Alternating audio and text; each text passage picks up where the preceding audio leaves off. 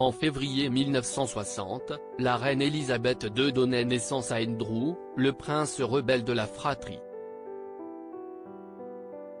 En effet, le duc d'York a souvent fait parler de lui pour de mauvaises raisons. Il a notamment été empêtré dans l'affaire Epstein. Pour rappel, l'homme d'affaires Jeffrey Epstein a été accusé de trafic de mineurs. Alors forcément, cette sordide histoire a largement terni la réputation du frère du roi Charles III et celle du clan Windsor. C'est l'une des raisons pour lesquelles le souverain d'Angleterre a pris ses distances avec l'homme de 63 ans. Selon The Mirror, le compagnon de Camilla lui aurait cependant tendu la main en cette période estivale. Le roi Charles III et le prince Andrew @Dr Le prince Andrew hébergé par le roi Charles III en Écosse après plus de 70 ans de patience, le fils aîné de la reine Elisabeth II et du prince Philippe a enfin accédé au trône.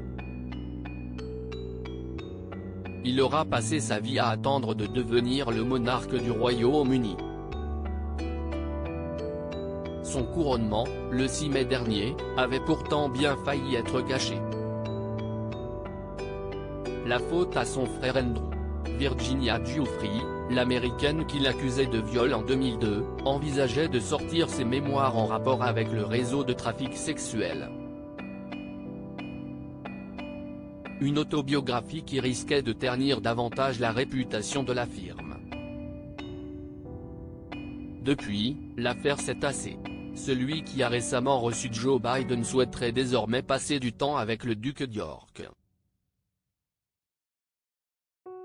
Actuellement en Écosse, au château de Balmoral, le roi aurait en effet invité le prince Andrew et son ex-femme, Sarah Ferguson, à le rejoindre. Par ailleurs, le souverain envisagerait plus de l'expulser de son manoir, le Royal Lodge.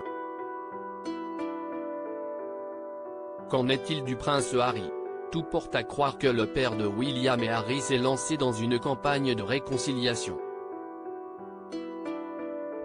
Outre le duc d'York, le septuagénaire espère aussi cesser les hostilités avec son fils cadet. Les négociations d'un traité de paix seraient en cours.